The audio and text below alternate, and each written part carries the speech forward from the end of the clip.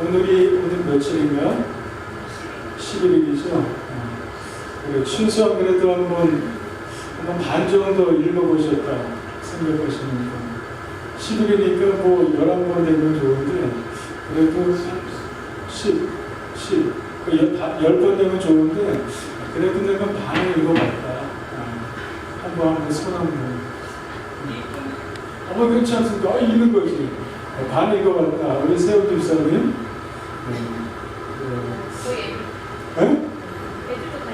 애들도.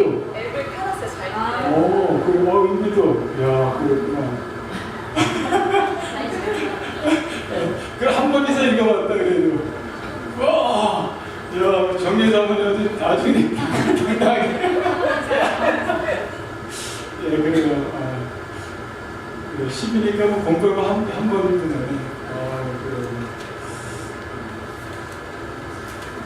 성경을 가까이, 말씀을 가까이 보게 된다라고 했죠. 그렇죠. 오늘도 함께 나누니까 여러분들도 오늘부터 또 다시 또 시작하세요. 성경을 가까이 참 좋습니다. 그래서 야고보서 말씀인데 우리가 한번 같이 야고보서 어떤 말씀인가 이렇게 좀 보면 좋을 것 같아요. 야고보서를 한번 펴볼까요?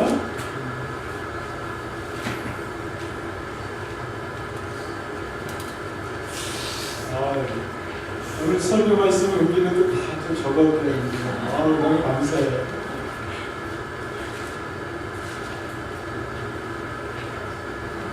네? 속기사.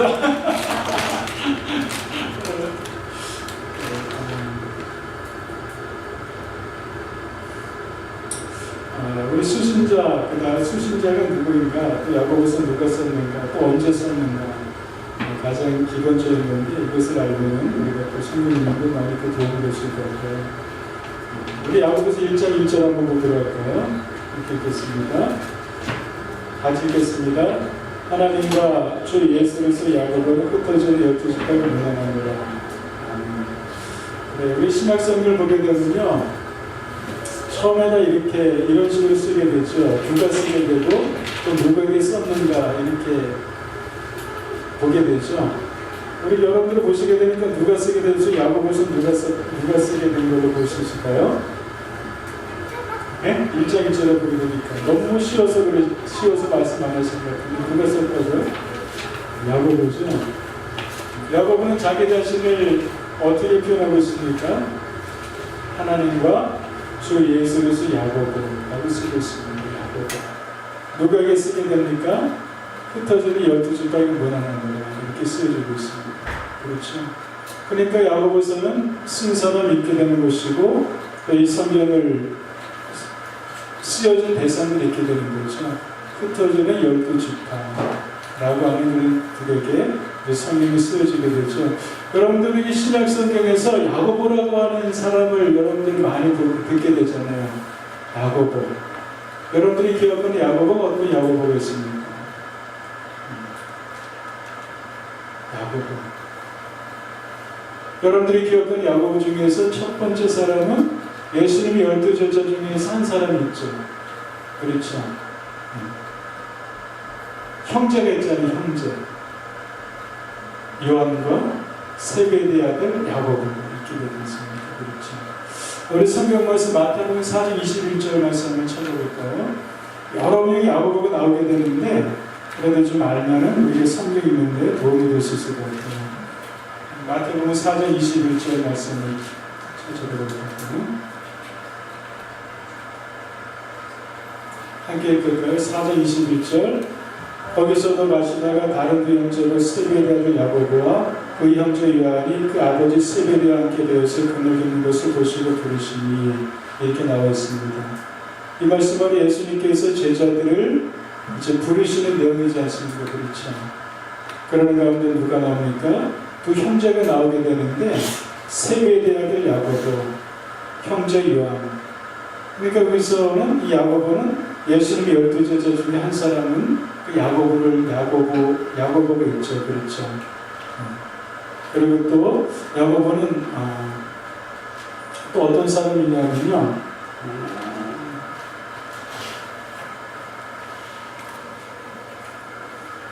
야고보는 또 예수님의 제자 중 한 사람이 야고보가 있게 되는 것이고, 그리고 또 야고보는 예수님의 형제 중에 또 야고보가 또 있게 됩니다. 예수님의 형제들이 있게 되는데, 또 10장, 마태복음 10장 2절 말씀 함께 찾아볼까요? 야고보가 여러 명이 나와요. 10장 2절과 3절 말씀을 같이 함께 읽을까요? 12사도 이름이 이러하니 베드로라는 시몬을 비롯하여 그의 형제 안드레와 세베대 아들 야고보와 그의 형제 요한, 빌립과 바돌로메, 도마와 세리마테, 알피오 아들 야고보와 다데오, 가나안인 시몬이 가룟유다도 예수를 탐자라. 예수는 12명이 대적해 있죠. 그러면서 야고보가 몇 사람이 나옵니까? 네, 2사람이 나오죠. 세베대 아들 야고보가 나옵니다. 그 다음에 알피오 아들 야고보가 나오고 있어요. 여기서 보더라도 벌써 야고보가 2사람도 늘어나게 됐죠. 그렇죠. 예수님의 제자 중에 야고보가 2사람이 있었구나. 이제 또 우리가 또 이렇게 알게 되는 거죠. 그러면서 또 우리가 마태복음 13장 55절 말씀 한번 보도록 할까요? 55장, 13장 55장. 53절, 54절, 55절 말씀 같이 읽어보겠습니다. 함께 읽겠습니다. 마태복음 13절 같이 읽습니다. 예수께서 이 모든 비유를 마치신 후에 그것을 떠나서 고향으로 돌아가서 그들을 회당에서 가르치시니 그들의 놀라리되 이 사람의 이 지혜와 이런 그 능력이 어디서 났느냐? 이는 그 목수의 아들이 아니냐? 그 어머니 마리아, 그 형제들의 야고보, 요셉, 시몬, 유다라지 않느냐? 아멘. 여기서 야고보는 어떤 야고보일까요? 여기서 야고보는 예수님의 형제 야고보를 말하고 있죠. 그렇죠. 그러니까 벌써 야고보가 세 사람이 되는, 그렇죠. 세베대 아들 야고보가 있고, 알피오 아들 야고보가 있고, 제자 중에서 그 다음에 또 예수님 형제 중 한 사람이 야고보가 있는 것을 우리가 보게 되잖아요. 그렇죠. 그런데 야고보는요, 예수님 형제들은 처음부터 예수님을 대척을 하죠. 예수님을 대척을 합니다. 믿지 않습니다. 막 예수님에 대해서 미쳤다기도 하고 막 그랬습니다. 그렇게 제자 형제들은 인정을 하지 않습니다. 그러는 가운데 우리가 오늘 함께 보게 된 야고보는 어떤 야고보일까요? 어떤 야고보? 3명의 제자 중에서, 3명의 사람 중에서 어느 야고보가 야고보서를 썼을까요? 한번 여러분들 손 들어보세요. 첫 번째, 세베대 아들 야고보. 2번, 알피오 아들 야고보. 세 번째, 예수님 형제인 야고보. 어떤 사람이 야고보서를 썼을까요? 1번이라고 하는 분 손 들어보세요. 1번. 저거 보면서 뭐 컨닝하시는데. 2번. 3번. 3번. 3번이 압도적으로 많네요. 그렇습니다.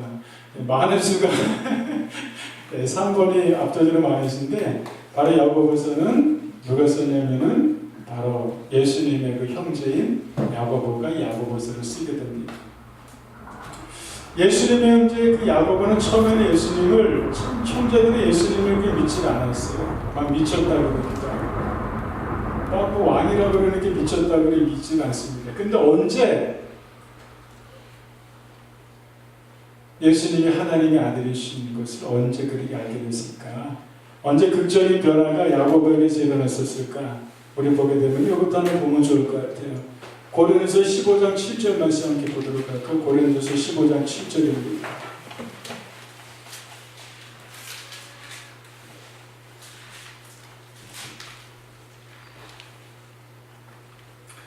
고린도서 15장은요, 예수님이 그 부활장이라고 보통 말을 합니다. 예수님께서 부활하신 것을 직접 제자들에게, 사람들에게 보이셔서 그 보임으로 말미암아 그들에게 믿음을 주게 된 내용을 소개하는 것이 바로 고린도서 15장 부활장이라고 해요. 15장 4절부터 4절부터 7절까지 같이 한번 읽어볼까요? 고린도서 15장 4절부터 7절입니다. 장사 진행가 되셨다가 성경들을 살면 다시 살아나사 게바에게 보이시고 후에 12제자에게와 그의 500형제 일시에 보이셨나니 그 중에 지금까지 대다수는 살아있고 어떤 사람은 잠들었으며 그의 야고보에게 보이셨으며 그의 모든 사도에게와 맨 나중에 만살되지 못한 난자 같은 내게도 보이셨느니라. 아멘. 예수님께서 여러 사람들에게 보이시는데 누구에게 보이셨다고요? 7절을 보게 되니까 그 위에 야고보에게 보이셨으며. 왜 이 야고보와 또 다른 제자들 야고보를 이 야고보를 그 야고보라고 말할 수 있을까요? 그것은 뭐냐면은 15장 5절을 보게 되니까 게바에게 보이시고 후에 12제자에게 보이셨다 그러잖아요. 그렇죠. 그럼 12제자에게서는 알프의 아들 야고보와 세베의 아들 야고보가 그 속에 있게 되니까 그 야고보는 아닌 거죠. 그렇다면 야고보는 누구일까? 바로 예수님의 형제인 그 야고보에게 예수님이 보여주셨다고 하는 거죠. 여러분들 보면 믿게 되잖아요. 그렇죠. 보면 믿게 됩니다. 백문이 불여일견이라고 아무리 100번 듣더라도 내가 보았다고 하게 되면 그것은 부정할 수 없는 사실이죠. 그렇죠. 내가 본 것을 확실히 믿게 되니까 바로 예수님을 부활하신 예수님을 봄으로 말미암아서 아마 이때 야고보가 또 놀라운 어떤 변화를 겪지 않았나 그렇게 또 고린도전서 15장을 통해서 또 우리가 생각해 볼 수 있게 되는 거죠. 그러면서 갈라디아서 2장 9절 말씀 보게 되면서 야고보를 어떻게 소개해 주고 있을까요? 어떻게까지 야고보가 변했을까? 갈라디아서 2장 9절 말씀 함께 보도록 할까요? 2장 9절입니다. 2장 9절입니다. 갈라디아서 2장 9절입니다. 함께 읽습니다. 또 기둥같이 여기는 야고보와 게바와 요한도 내게 주신 일을 알므로 나와 바나바를 친구학설에서 우리 이방인에게로 그들을 할례자로 가게 하려 합니다. 여기서 뭐라고 표현합니까? 야고보에 대해서 기둥같이 여기는 야고보라고 합니다. 기둥같이 여긴다고 하는 거예요. 그래서 그 야고보는 어떤 사람까지 되냐면요. 여러분들이 사도행전 15장을 보게 되면은 사도행전 15장에서는 바로 예루살렘 교회에 대한 말씀을 보여주고 있어요. 예루살렘은 초대교회예요. 초대교회의 책임자, 초대교회의 그 담임자가 누가 되냐면은 바로 그 사람이 야고보가 됩니다. 근데 그 야고보는 누구인가? 바로 예수님의 형제인 야고보가 그 야고보를 말하는 겁니다. 그러니까 기둥같이, 교회의 기둥같이 여겨지는 야고보와 베드로가라는 것처럼 초대교회의 그 수장이 바로 야고보, 바로 야고보서를 쓴 야고보가 되는 것입니다. 그래서 이 야고보는요, 역사적인 기록에 의하게 되면은 다 제자들은 다 순교당하죠. 예수님의 제자들이 대부분이 다 순교당합니다. 야고보 역시 마찬가지로 순교를 당하게 되는데 주 62년경에 야고보가 순교를 당하게 됩니다. 그러면 야고보가 언제 기록이 되었는가? 주 45년에서 50년 사이에 야고보서가 기록이 되었다고 합니다. 우리가 신약성경의 29권을 보게 되는데 신약성경 중에서 가장 먼저 쓰여진 책이 바로 야고보서입니다. 그러니까 야고보서가 뒤에 있다 보게 되니까 후에 쓰여진 거라고 생각을 할 수 있잖아요. 그렇죠. 그냥 순서대로 이렇게 기록 순서대로 있다고 생각하게 되는데 그것이 아니라 야고보서가 가장 먼저 쓰여졌습니다. 그리고 신약성경에는 공감복음이라고 하면서 예수님의 일생에 대해서 쓰는 부분을 공감복음이라고 하게 되는 것이고 또 사도 바울이 쓴 서신에 대해서 바울서신이라고 하게 되는데 이 바울서신에서 여러 종류가 나누게 되죠. 어떤 것은 목회를 위한 서신은 목회서신이라고 하기도 하게 되고 그런데 야고보서는 어떤 서신이냐면은 공동서신이라고 합니다. 이것은 공동서신이 뭐냐면은 어느 누구든지 다 읽도록 만들어진 책을 바로 공동서신, 공동으로 다 읽도록 했겠다. 그래서 공동서신이라고 하게 되는데 바로 야고보서는 공동서신이면서 그리고 신약성에 나오는 그 성경 책들 중에서 가장 첫 번째로 쓰여진 책이 바로 야고보서가 되는 것입니다. 그리고 그 야고보는 바로 예수님의 그 형제인 야고보가 쓴 책이다. 이렇게 여러분들이 정리해 주시면 될 것 같아요. 조금 이해가 되시죠? 야고보서 그런 책이구나. 그렇게 여러분들이 보시면 됩니다.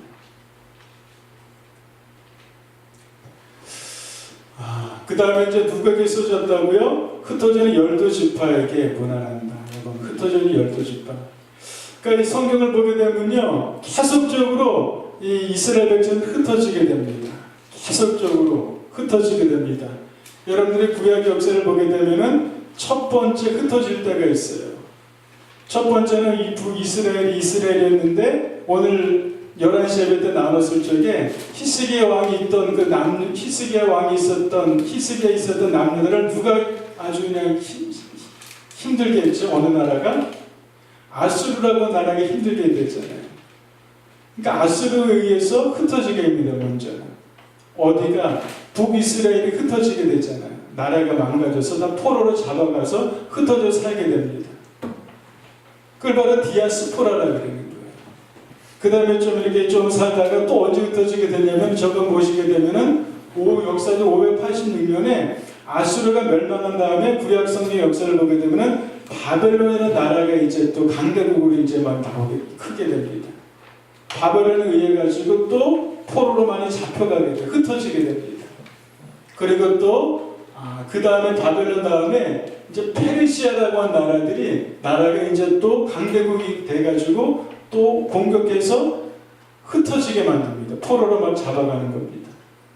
그 다음에 또 어느 나라냐면은 바로 알렉산더에 의해 가지고 또 포로로 많이 끌려가고 잡혀가게 됩니다. 그 다음에 또 누구에게 또 로마에 의해서 흩어지게 되는 그 역사, 흩어지는 역사. 그래서 이스라엘의 역사는 디아스포라 역사, 흩어짐의 역사. 그래서 사방으로 흩어지는 거예요. 그래서 지금도 보면 유대인들은 어느 한 나라에 속한 것이 아니라 민족으로 해가지고 지금도 세계 곳곳에서 유대인들의 삶을 살아가게 되잖아요. 아프리카에도 유대인이 살게 되고, 뭐 중앙아시아에도 유대인이 살게 되고, 유럽에도 유대인이 살게 되고, 이들은 어떤 지역적인 것보다도 혈통적으로 그들의 유대인은 지금도 흩어져서 살게 되는 그 역사를 가지고 있게 되는데, 바로 누구에게 이처럼 역사 속에서 흩어져서 살고 있는 모든 그 하나님의 사람들에게 이렇게 성경을 쓰게 된 것을 우리가 보게 됩니다.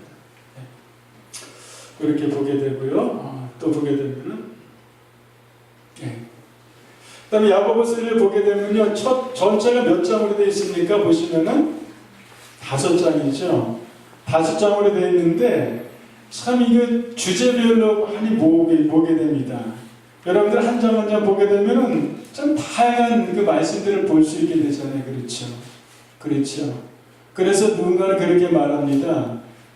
여기서 이게 있는 게 삶 속에서 어떻게 살아가야 되는가, 바로 지혜에 대한 말씀을 많이 주고 있습니다. 그래서 여러분들 구약에서 지혜에서는 뭐라 그러죠? 구약에서 지혜롭게 살려면 무엇을 읽으라? 구약의 잠언이라고 그랬잖아요. 잠언을 읽게 되면은 참 삶 속에서 어떻게 살아가야 되는지에 대한 지혜를 많이 거둘 수가 있어요. 돈에 대한 지혜, 그리고 또 조심해야 될 것에 대한 지혜, 그렇죠. 그리고 또 현수가 나는 어떤 아내가 돼야 되는 데는 지혜, 그리고 대장부는 또 어떻게 돼야 되는 어떤 지혜, 남자로서 어떻게 돼야 되는 지혜, 그리고 또 조심해야 될 것이 무엇인지에 대한 지혜, 아주 이런 지혜를 우리에게 많이 주고 있어요. 그러면서 실제 생활 속에서 이렇게 해야 되는구나 라고 하는 것을 잠언서를 통해서 우리가 많이 도움을 얻을 수 있게 됩니다. 구약에서 지혜서라고 하면은 잠언서를 볼 수가 있거든요. 신약에서 지혜서는 뭐 어딜까요? 그러면은 지금 분위기상 어디가 될까요? 신약에서 지혜는 어디? 야고보서가 되는 거예요. 신약에서 정말 어떻게 지혜롭게 어떻게 살아가야 되는가, 삶에 대한 지혜가 야고보서에서는 여러 가지로 우리에게 주고 있는 지혜에 대한 말씀이 바로 야고보서가 되고 있는 것이죠. 그러면서 여러분들 한번 성경을 보게 되면 쭉 읽을 수 있게 되는데, 성경 속에서는 어쨌든 어떤 사건이 있기 때문에 사건에 대한 그 말씀을 이제 그 교회에게 전해주고 있게 되거든요. 여러분들이 한번 머릿속에 그려보세요. 이 교회는 어떤 모습인가? 5장 한번 볼까요? 5장 1절 한번 볼까요? 제가 몇 가지 단어를 드릴 건데 여러분들이 아마 이 지금 상황이 어떤 상황인지 여러분들이 머릿속에 조금 그려줄 수 있을 것 같아요. 5장 1절 한번 같이 읽어볼까요? 들으라 부한 자들아 너에게 임할 곳에는 말려 울고 통곡하라. 여기서 누가 나옵니까? 부한 자들이 나옵니다. 부한 자들이 있어요. 그리고 또 볼까요? 어떤 것이 있을까요? 5장 14절을 보게 되니까 한번 같이 읽을까요?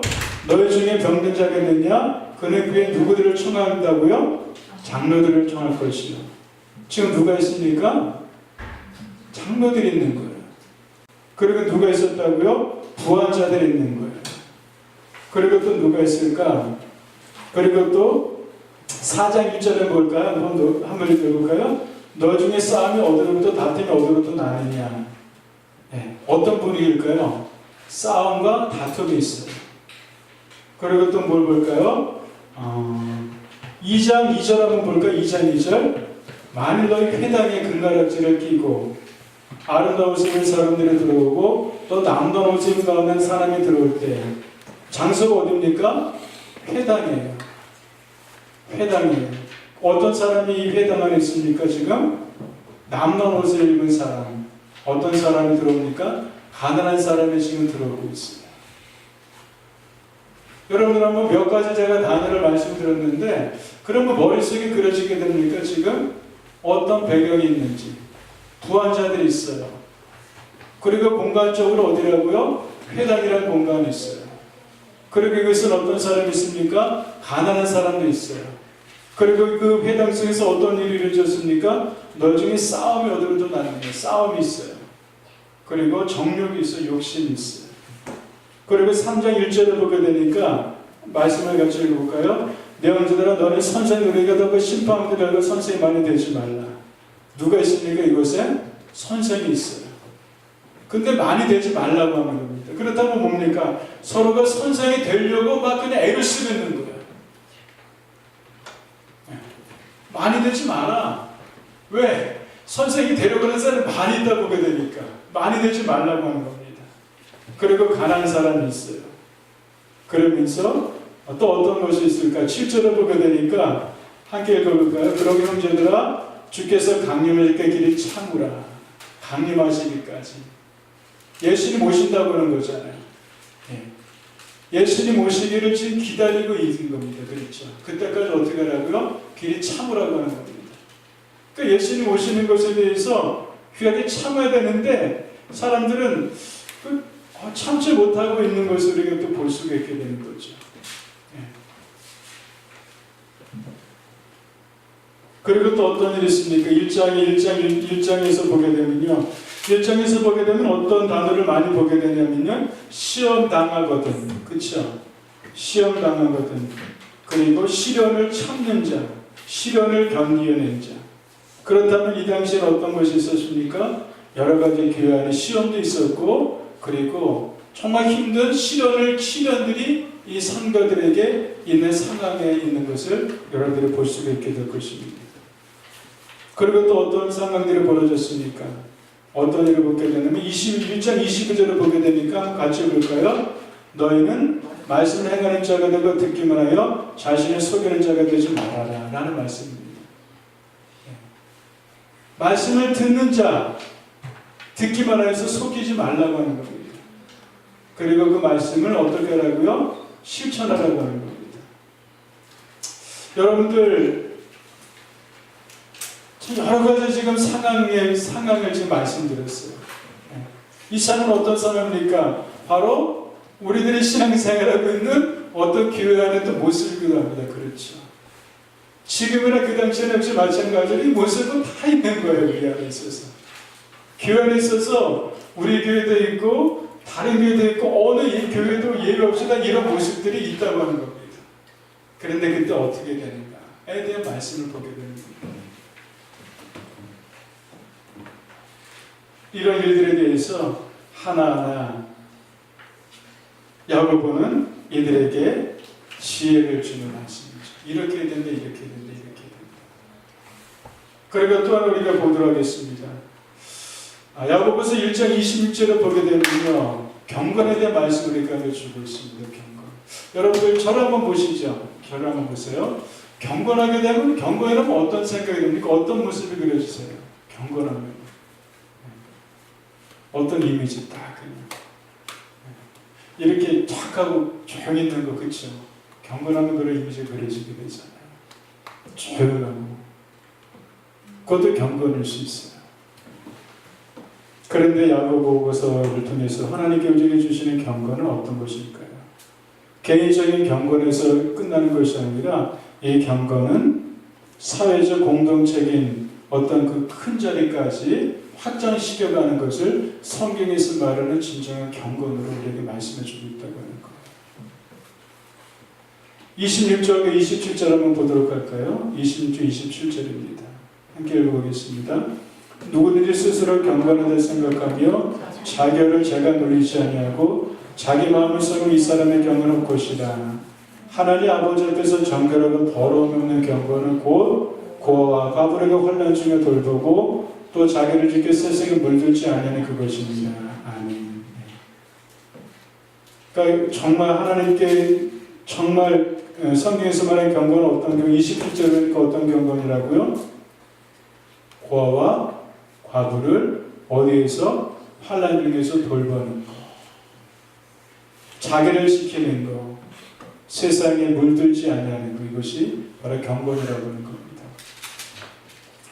우리 그리스도인은 경건의 사람이에요. 경건하게 살아야 돼요. 그렇다면 한번 생각해 보시다. 나는 정말 그리스도인을 경건하게 살아가는 사람인데 내가 생각하는 경건은 어디까지인가? 환난 중에 있는 사람을 돌보는 그런 자리까지 가는 경건인가? 그리고 나는 또 나 자신을 지켜가는 경건의 자리인가? 세상에 물들지 아니하는 그런 경건의 자리를 생각해 보게 되는 것도 야고보서를 통해서 보게 되는 겁니다. 여러분들 야고보서는요, 지혜에 대한 말씀 많이 주고 있고요. 그리고 또 결국 지혜는 어떤 겁니까? 행함에 대한 말씀이잖아요. 행함에 대한 말씀이죠. 그 야고보서는요, 다른 성경과 달리 또 야고보는 이렇게 해라라는 것을 많이 말씀해 주고 있습니다. 뭐 해라, 뭐 해라. 그리고 야고보서는 행함에 대한 말씀을 참 많이 주고 있어요. 그러니까 우리는 구원을 얻는데 무엇을 얻습니까? 예수 그리스도를 믿음으로 얻습니다. 그리고 또 구원은 무엇을 얻습니까? 행함으로 구원을 얻습니다. 그러면 서로 이것이 참 구원은 믿음으로 얻는 건데, 그렇죠? 행함이 아니라. 근데 야고보서는 아니라고 합니다.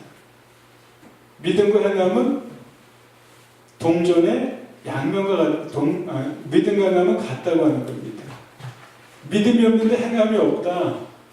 그러면 그것은 어떤 믿음이라고 말씀을 주고 있냐면요. 참 이것은 아주 굉장합니다. 믿음에 대한 것도 우리들에게 정말 살아있는 믿음이 무엇인가를 야고보서를 말씀해 주고 있는데 행함을 참 많이 강조하니까 여러분들 보시게 되면요.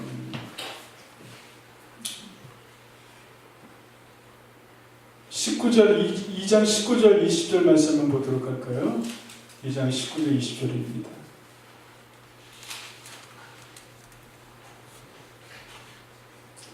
함께 읽고 2장 19절입니다. 함께 읽습니다.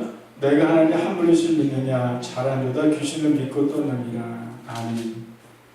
귀신들도 안 돼요. 하나님이 한 분이시를 믿느냐? 잘하는도다. 잘 안다 너희들도. 근데 귀신들도 그것을 믿는다고 하는 겁니다. 지식에 대한 믿음은 귀신들도 가지고 있다고 하는 거예요. 그리고 떤다고 하는 것은 무엇입니까? 어떤 믿음이 있을 적에 어떤 감동이 있어요. 그렇죠? 믿음은 감동을 우리에게 줍니다. 어떤 하나님의 말씀을 듣게 되면은 내 감동이 돼가지고 나 그렇게 해야지, 내가 그렇게 봉사해야지, 내가 그렇게 말씀대로 행해야지라고 하는 어떤 감동과 울림이 내게 있습니다. 그렇죠. 하늘 말씀이 들려지게 되면은